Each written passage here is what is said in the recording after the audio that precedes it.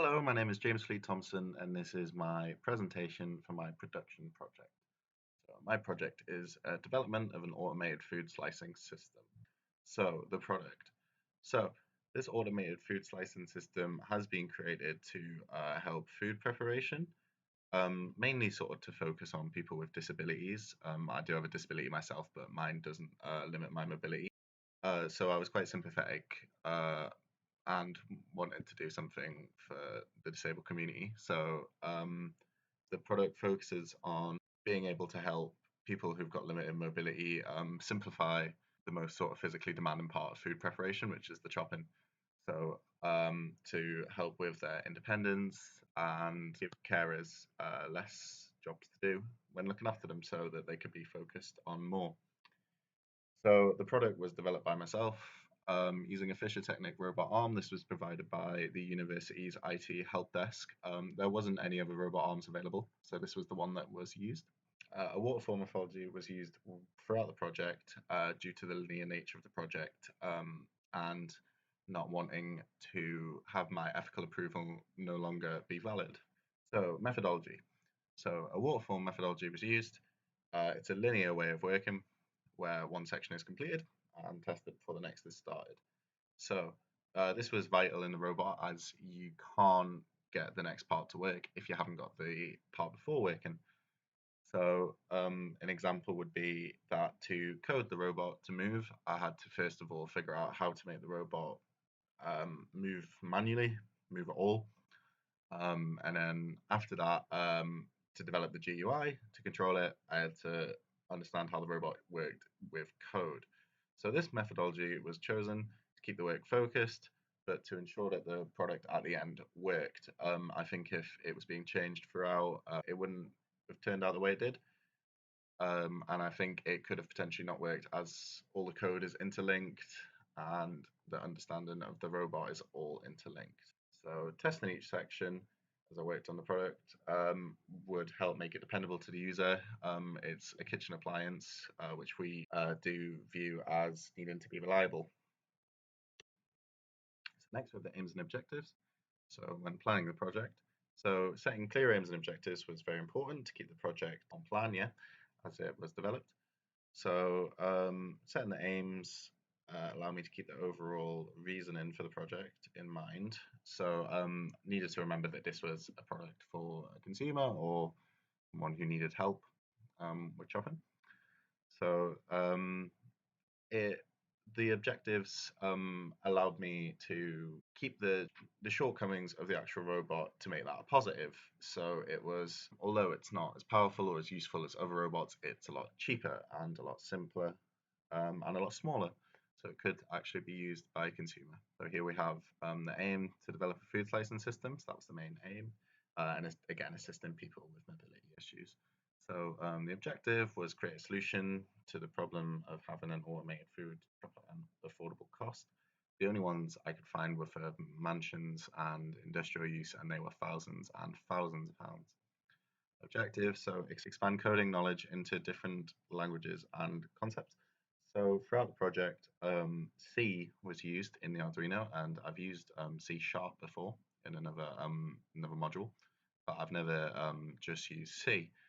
When developing the GUI, Java was used. That's obviously a language that's been used throughout the computer science module, but just being able to put it into practice and be efficient with writing that code was good. I haven't developed a GUI like that in Java before, so I think that was good for expanding knowledge of something that of an already existing skill. Gain an understanding of small electronics and automation. So to to get this to work, I did have to sort of understand how relays worked, how capacitors worked, like power supplies, and wiring all that up. But also automation is something that's always interested me, robotics. So doing a project in this, I did want to gain a simple understanding of what goes in to making a basic robot. So next we have the software development. So the Arduino IDE was used to make the robot move. So what this did was it communicated instructions to an Arduino that would then turn on a set of pins and then make the robot move. So Arduino was used because it's open source and easily accessible. With this project, all the software used was open source to keep it accessible and free to use. So code is written in C. Due to its ability to run on many devices, C runs on pretty much every modern device we use. In the Arduino IDE as well, with an Arduino, arguably the best experience. Running a different program with an Arduino, it isn't made by the company that makes the board. So it was logical to use the Arduino one. There's also a great amount of documentation for Arduinos.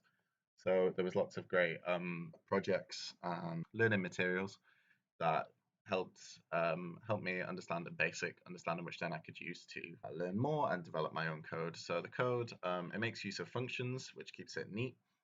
So it also allows it to be more readable. So when you look at the function for a normal chop, you can see that the robot's going up, it's waiting a certain amount of seconds, it's then going to turn for again a certain amount of time, and it's going to go down. This is a lot easier to look at and understand than if you were to look at it previously, which said digital write, which just means turning on a pin.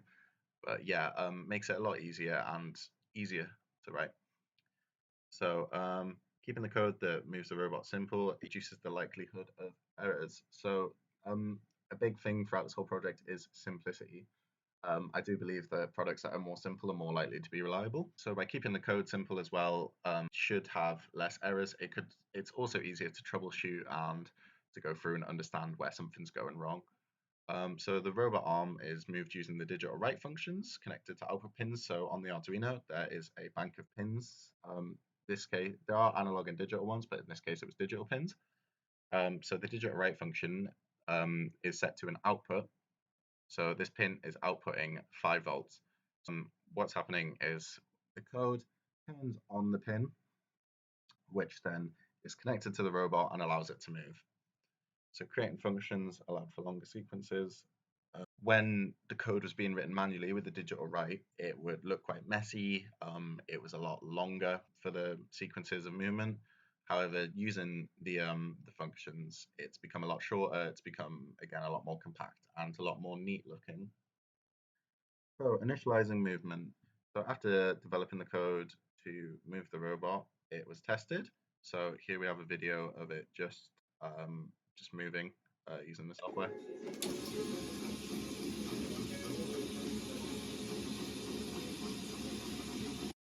So that's just the robot moving down after down's being clicked on the GUI. So that was a big moment in the project. So the graphical user interface. So the development um, was to allow the user to move the robot in a range of different ways, and the GUI was developed using a program called Processing, which is an IDE. This was used due to the fact that it's open source again, so it's free to use, freely accessible. It also features lots of libraries, which is really useful when developing a GUI. Lots of graphics libraries. Making a GUI is really, really simple, very effective. Then if you made one manually, again, keeps the code simple and keeps the size of the program down. So the color scheme was chosen due to it associating with food. So in a previous module in second year, my group made a food website and I was in charge of the design. And I did lots of research into what colors places use for menus. So you're not going to find a place that uses blue on the menu because that's not a color of food generally. So sort of reds and purples, as can be seen on this, makes people think of food and isn't likely to sort of ruin your appetite or something like that. So multiple options have been developed to give the user greater control. So having manual controls means the user can get the robot exactly where they want it before they chop it, or if, for example, you're having a problem where the robot's going too far down or too far up, you can just manually move it. You could also chop this way, but I wouldn't recommend it. So for the function, there's two sides to the GUI. There's the manual control and the chopping function. So the manual controls do exactly what I say, just moves the robot in the way described on the button. And the chopping function activates a sequence that performs chopping motion with 5 different levels to choose from. The difference being how far the arm rotates, change the width of the chop. So hardware and wiring. So an Arduino was used. An Arduino is a microcontroller with analog and digital input and output pins. So the board used in this project isn't actually an Arduino. The one provided to me by the help desk is what's commonly known as Arduino clone. Basically, though, they work identically. They're just lower in cost, which is why the university uses them. Arduino is a freely open source kind of company, and it's fully legal. The clones and everything, as long as they don't have the word Arduino on them. So it was chosen due to its simplicity, very, very simple sort of board, and again, just reducing the risk of something going wrong. And because they're simple, they're very low cost and they're really widely available. Um, Very off the shelf component, there's lots of these things. So for wiring, the wiring was initially difficult. I've never wired something up like this before. There isn't any documentation online on how to do it. Very trial and error. Try and make the robot initially move without any software. Yeah, very, very difficult part in the process. About a week to make it move. But once I understood it and had figured it out, I felt I understood a lot more about the wiring and the hardware of the robot than if I just followed a guide because I had to figure it out. So each connection from the robot is joined to an output pin on the Arduino. So again, as I said earlier, the output pin that it's connected to is going to output 5 volts, which is then going to go to the robot board, which then activates a relay and makes the robot move. So I created a wiring diagram after figuring it out, which proved really helpful in the development as I could refer back to it if it stopped working or if anything was wrong. So the structured waterfall method, after everything had been completed, all the major sections, they all come together to produce the final product. So in this video filmed in my kitchen, the robot's going to cut a block of room temperature butter. So this is just me walking up and turning on the robot. The robot could be turned off by that at any time. So you can see the robot's rotating to the right and moving down to chop it, then goes back up. It's then rotating and going down, and it'll just repeat.